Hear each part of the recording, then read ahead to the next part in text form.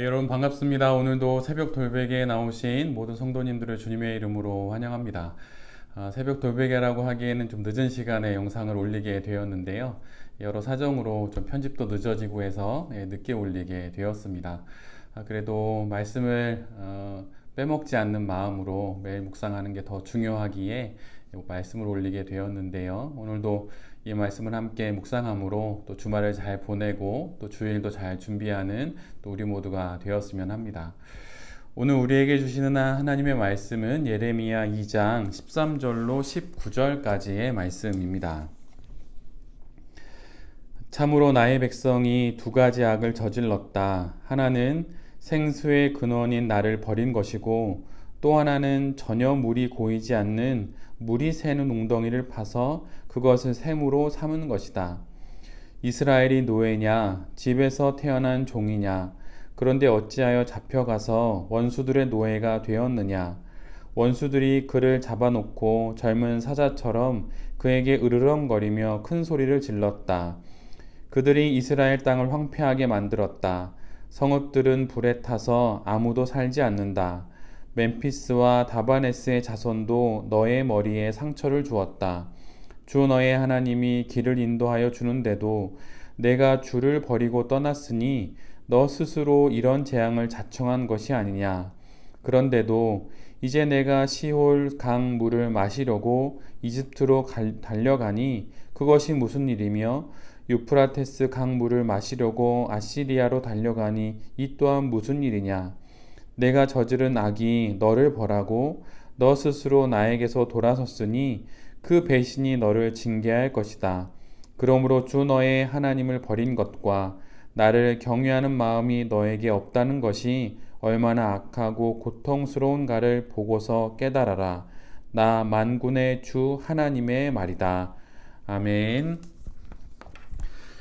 오늘은 예레미야 2장의 말씀을 갖고 생수의 근원을 떠나지 말라, 생수의 근원을 떠나지 말라 라고 하는 제목으로 함께 하나님 말씀을 나누도록 하겠습니다. 어제 예레미야의 말씀의 그 앞부분을 함께 묵상하면서 두 개의 환상을 통해서 임박한 재앙을 보여주신 하나님께서 이제는 예레미야에게 이스라엘 백성에게 찾아가서 그들의 귀에 대고 말씀을 전하라고 그렇게 전해 주십니다.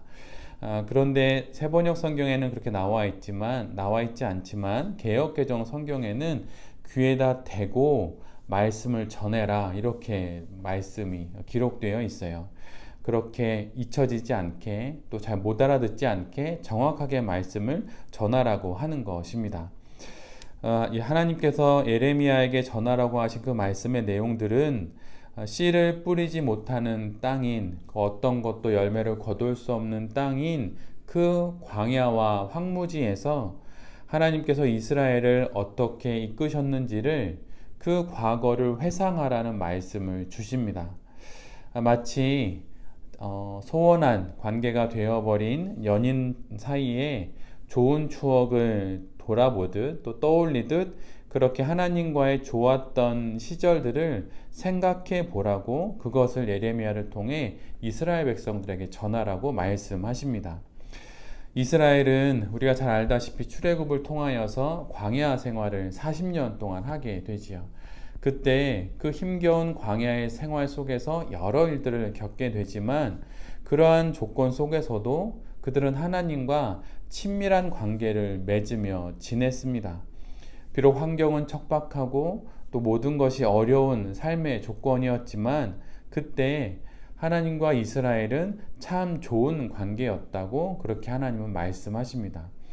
그런데 지금은 그 광야 생활 때와는 비교할 수 없는 훨씬 좋은 삶의 조건임에도 불구하고 이스라엘은 하나님을 떠나고 하나님을 버렸습니다. 그 좋은 삶의 조건에서 오히려 하나님을 떠나고 하나님을 찾지 않았고 오히려 우상을 쫓으며 살았다고 하나님은 말씀하십니다. 상황이 좋아지니 오히려 하나님을 못 본 채 하고 우상을 쫓아다닌 것이죠. 그리고 하나님이 어디에 계신지 또 하나님의 뜻은 무엇인지 묻지도 않고 완전히 하나님에 대한 모든 관심을 이렇게 끊어버린 것이 지금 이스라엘의 상황입니다. 그런데 사실 이러한 일은 성도들 안에서도 볼 수가 있어요. 저희 목회자의 경험 속에서도 어떤 하나님께 지금보다 좀 더 나은 삶의 형편과 조건을 위해서 중보기도 해달라고 요청했던 분들이 계신데, 그렇게 해서 하나님의 응답으로 정말 좋은 직장에 취직이 되기도 하고 또 겪었던 여러 가지 문제들이 해결이 됐는데, 오히려 그 문제가 해결되고 나니 교회를 출석하지 않는 것입니다.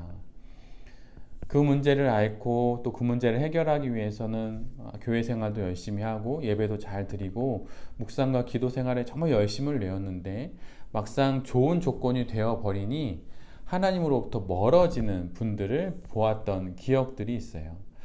오늘 이스라엘을 두고 하신 하나님의 말씀이 그래서 수천 년 전에 이스라엘의 이야기뿐만 아니라 지금의 우리의 상황에도 벌어지는 일이라고 하는 것을 알게 됩니다.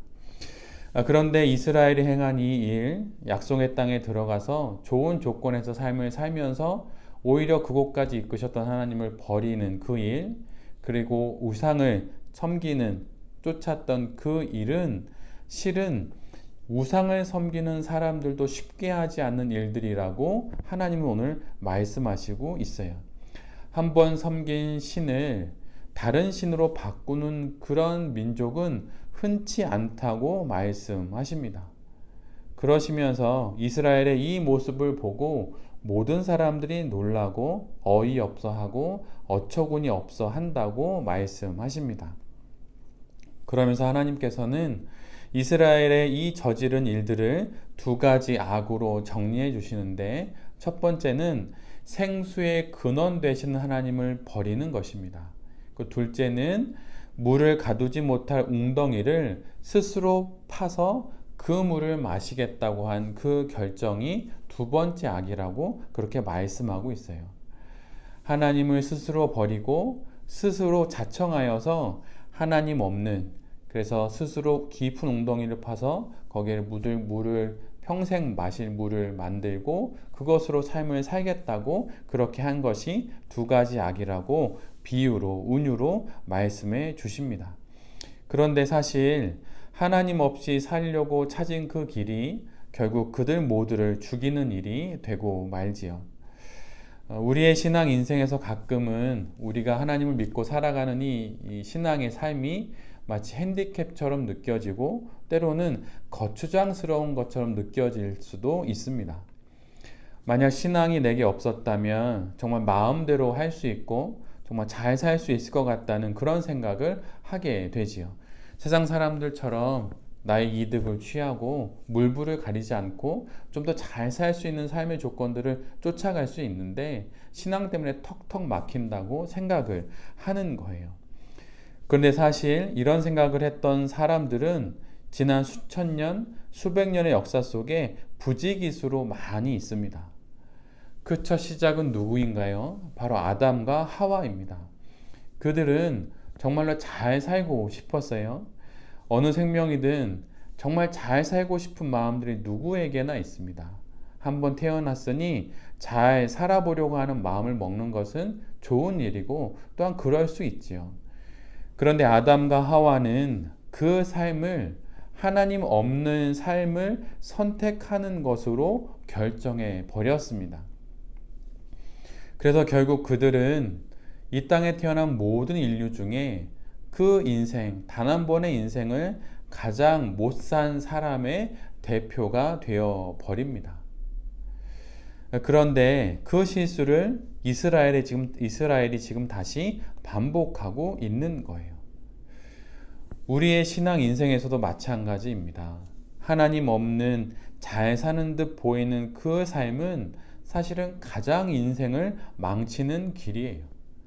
자신의 모든 능력을 동원하여서 스스로 깊은 웅덩이를 파지만 결국 그것은 물을 가두지 못하는 웅덩이, 터진 웅덩이가 될 뿐입니다. 스스로 웅덩이를 파는 그 열심이 얼마나 대단하겠습니까? 하루 이틀 마실 물이 아니라 평생을, 지금은 100세 시대라고 하니까 100년 동안 마실 물을 만들어 놓아야 하니 얼마나 깊은 웅덩이를 파기 위해 많은 노력을 기울이고 또 많은 시간을 들였을까요? 그러나 성경은 명확하게 우리에게 이야기합니다. 그것은 결국 터진 웅덩이가 될 뿐이라고 말이에요. 생수의 근원이신 하나님을 우리 모두가 등지지 않아야 합니다. 하나님은 단 한 번도 우리에게 등지신 적이 없는데 우리가 생수의 근원을 등지고 하나님을 버리고 인생을 무엇인가 잘 살 수 있겠다라고 생각하는 건 인생에 대한 대단한 오판이에요. 예를 들면 생수를 버리고 시원한 탄산음료를 마시면서 평생을 살겠다고 말하는 것입니다. 우리의 경험처럼 처음에는 참 시원하죠. 톡 쏘는 그런 탄산의 맛도 있고 얼마나 좋습니까?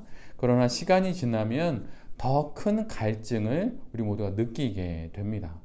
그리고 몸에 많은 질병도 또한 갖게 되지요. 생수는 말 그대로 살아있는 물입니다. 생명이 되는 물이에요. 그러게 살기 위해서는 살아있는 물, 생수를 마셔야 하는 것이죠. 생명이 되기 위해서는 생수를 마셔야 하는 것입니다.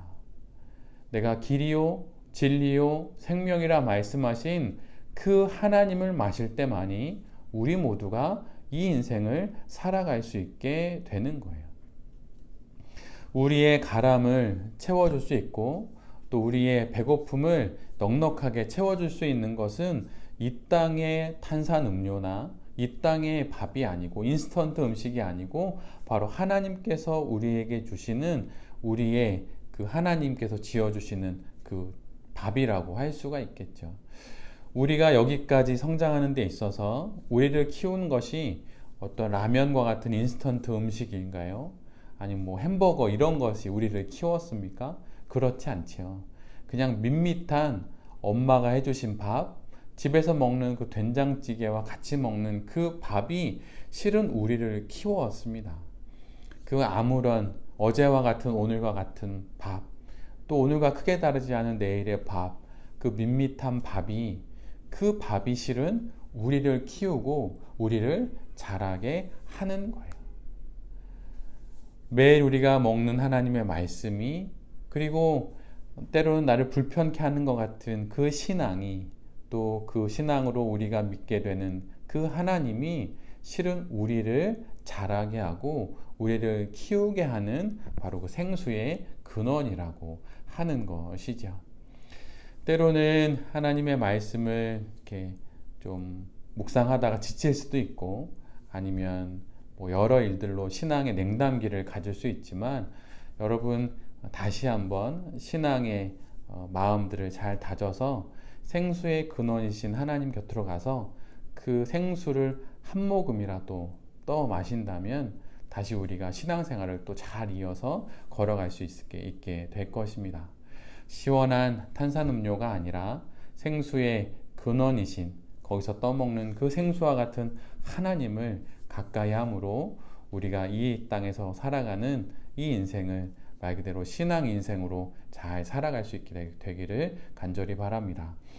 새벽 돌베개의 모든 성도님들과 또 이 말씀을 전하는 제 자신이 생수의 근원 되시는 하나님을 가까이 하고 그분을 마시며 살아감으로 하나님 앞에서 아름다운 인생으로 이 인생을 잘 살아갈 수 있게 되기를 간절히 기도드립니다.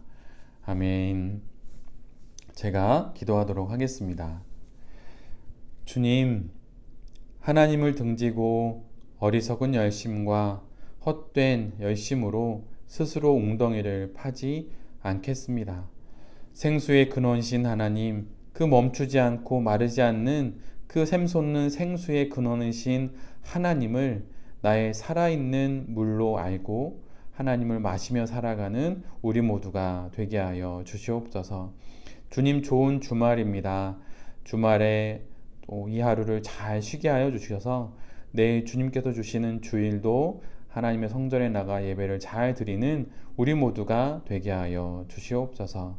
이 모든 말씀 예수 그리스도의 이름으로 기도드립니다. 아멘.